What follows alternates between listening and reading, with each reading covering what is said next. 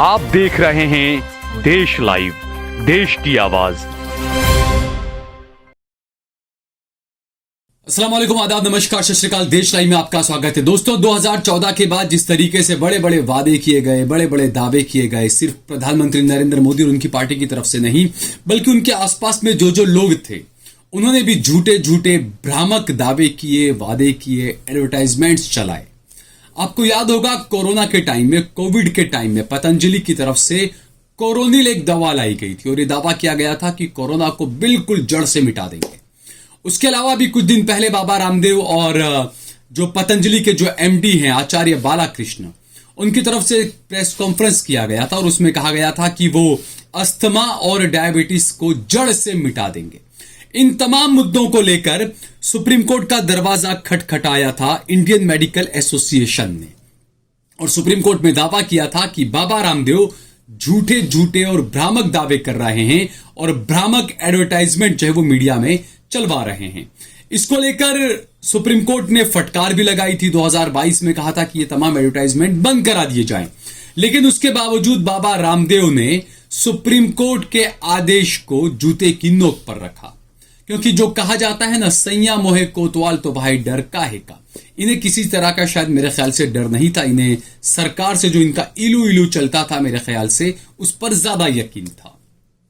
बहरहाल supreme court ने पिछली डेट पर, पिछली तारीख पर बाबा रामदेव और पतंजलि के एमडी आचार्य बालाकृष्ण को नोटिस जारी करके कोर्ट में आज हाजिर रहने का कहा।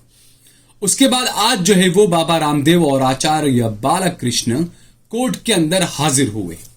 कोर्ट में सुप्रीम कोर्ट के जजों ने बाबा रामदेव को जमकर फटकार लगाई और माफी मांगने को कहा, और यह कहा कि आपको तो देश से माफी मांगनी चाहिए। साथ ही साथ जो बाबा रामदेव के वकील थे, उनसे कहा कि आप सिर्फ माफी मांगने से काम नहीं चलेगा, आपको एफिडेविट भी जमा कराना होगा। और साथ ही साथ ये भी कहा कि कोर्ट ने जब कहा था कि इस तरह के एडवर्टाइजमेंट अब नहीं चलने चाहिए, जो भ्रम फैलाए, जो भ्रामक एडवर्टाइजमेंट है वो नहीं चलने चाहिए, उसके बावजूद ये एडवर्टाइजमेंट मीडिया में क्यों चलाए गए, इस पर आपको जवाब देना होगा। बाबा रामदेव सुप्रीम कोर्ट के जजों के सामने गिड़गिड़ाने लगा, माफी मांगने लगा, लेकिन कोर्ट ने कहा कि सिर्फ माफी से काम नहीं चलेगा, आपको पहले एफिडेविट देना होगा, और कंटेम्प्ट टू कोर्ट आपने क्यों किया इसका भी आपको जवाब देना होगा, और आपको देश की जनता से माफी मांगनी होगी। ये जो खबर आज आई, इसके साथ में सोशल मीडिया पर एक वीडियो भी काफी वायरल हो रहा है। गोदी मीडिया का कोई पत्रकार अब भी हिम्मत नहीं कर रहा है कि वो बाबा रामदेव से इस बारे में सवाल पूछे कि आपने भ्रामक एडवर्टाइजमेंट्स क्यों चलाए। बाबा रामदेव से जब एक पत्रकार ने सवाल किया था, उस पत्रकार को चैनल से निकाल दिया गया था। बाबा रामदेव की तरफ से चैनलों को करोड़ों रुपए के एडवर्टाइजमेंट दिए जाते थे। 2014 से अब तक 10 सालों के अंदर बाबा रामदेव ने 50 से 70 हजार करोड़ रुपए का अपना साम्राज्य पतंजलि और अलग अलग कंपनियों के रूप में खड़ा कर लिया। कोई पत्रकार ऐसा नहीं है जो बाबा रामदेव को सवाल कर सके, लेकिन आज जब बाबा रामदेव सुप्रीम कोर्ट से बाहर निकले तो एक जाबाज पत्रकार था, उसने बाबा रामदेव को सवाल पूछे। उसने बाबा रामदेव से पूछा, आपने देश की जनता को झूठ क्यों बोला, आपने सुप्रीम कोर्ट से भी झूठ क्यों बोला, बाबा रामदेव आप जवाब दीजिए।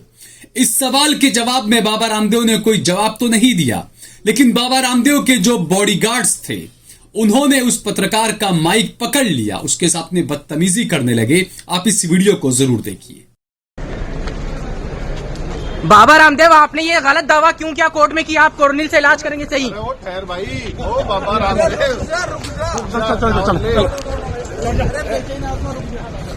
रामदेव जी, आपने सुप्रीम कोर्ट में झूठ क्यों बोला?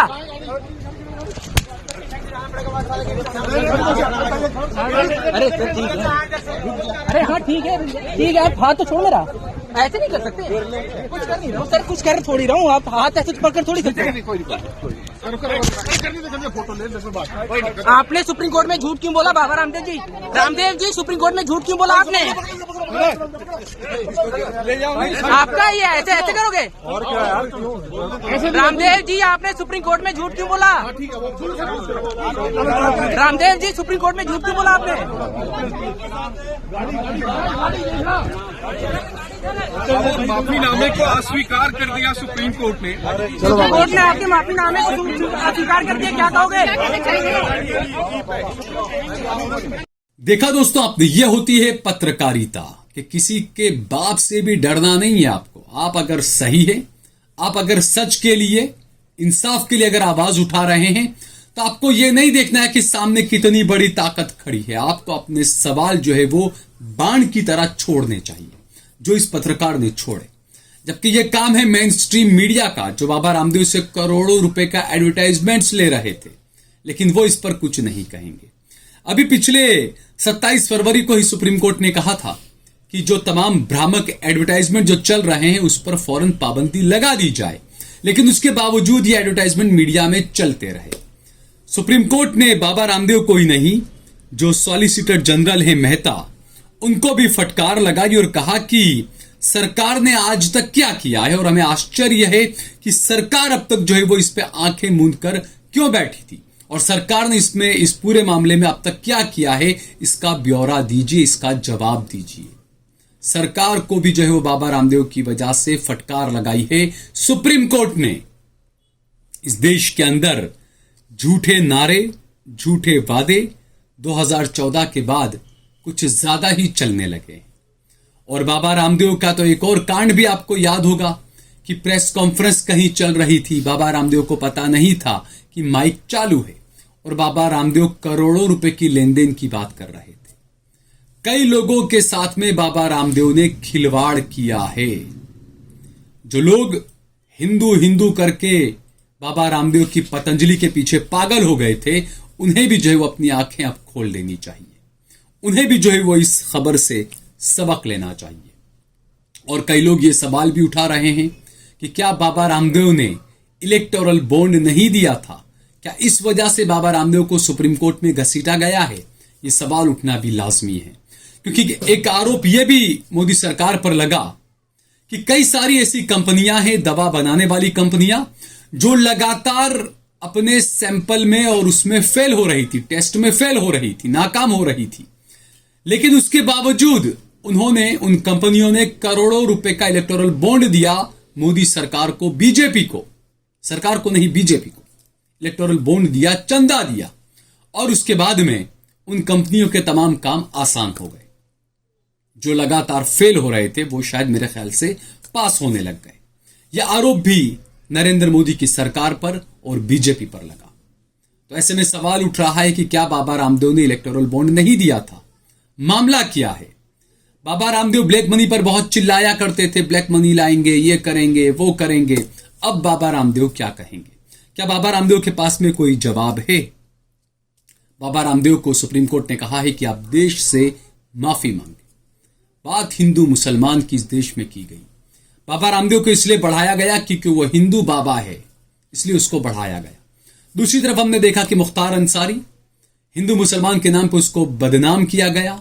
ठीक है, उसने कुछ गुनाह किए हैं तो उसकी सजा होनी चाहिए, लेकिन क्या मुख्तार अंसारी अकेला ऐसा गुंडा था या दादा जिसको माफिया बताया जा रहा है? क्या वो अकेला था जिस पर 40-45 केस है?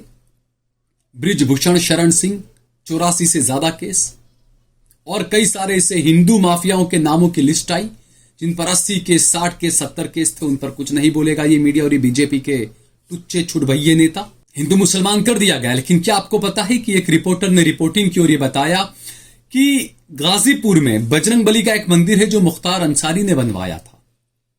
वहां के हिंदुओं का कहना है कि होली के दिन वो मुख्तार अंसारी के वहां पर जो फाटक, उसका घर जो मशहूर था फाटक के नाम से, वहां पर ऐसी होली खेली जाती थी कि कोई बीजेपी का नेता या कोई हिंदू नेता नहीं खेलता होगा।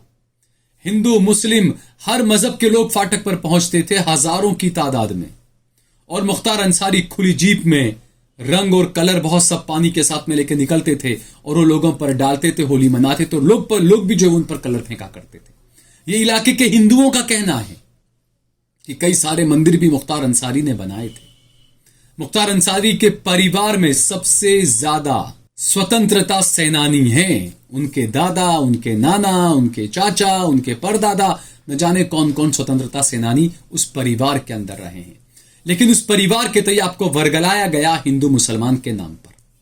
इस राजनीति को समझें, एक तरफ मुसलमान के नाम पर जिसको बदनाम किया गया वो मुख्तार अंसारी, जिसे हिंदुओं का दुश्मन कहा गया, लेकिन हकीकत यह सामने आई कि उसने खुद ने कई सारे मंदिर बनवाए थे। वो हिंदुओं का भी मसीहा था, हिंदू गरीबों की भी वो मदद किया करता था। दूसरी तरफ पतंजलि वाले बाबा रामदेव हैं, हिंदुत्व के नाम पर इनको आगे बढ़ाया। आज सुप्रीम कोर्ट ने इनकी गुब्बारे की तमाम हवा निकाल दी और इनसे कहा कि आप देश से माफी मांगे, आपने झूठ फैलाया है। तो इस चीज को देश की जनता को भी समझना चाहिए। अगर आपको ये वीडियो पसंद आया हो तो इस पर कमेंट करें, इसे लाइक करें, इसे ज्यादा से ज्यादा शेयर करें। अगर आपने हमारा चैनल देश लाइव सब्सक्राइब न किया हो तो हमारे चैनल को जरूर सब्सक्राइब करें। YouTube पर अगर आप वीडियो देख रहे हैं तो ज्वाइन बटन दबाकर हमारा ज्यादा से ज्यादा सहयोग करें, समर्थन करें। हमने इस महीने टारगेट रखा है कि कम से कम 100 लोग हमारे YouTube चैनल को ज्वाइन करें। पहले चैनल को सब्सक्राइब करें और उसके बाद में ज्वाइन बटन दबाएं।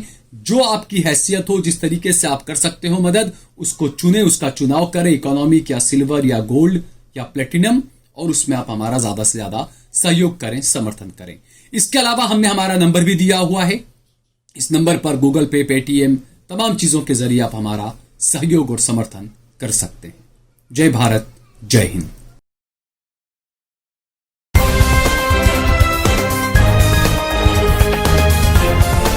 देश और दुनिया की तमाम छोटी और बड़ी खबरों के लिए हमारे चैनल को सब्सक्राइब करना न भूलें और बेल का बटन जरूर दबाएं।